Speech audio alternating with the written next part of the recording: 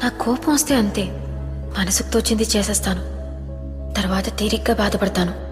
నా suicide attempt కూడా అంతే, మా అమ్మ మీద కోపం.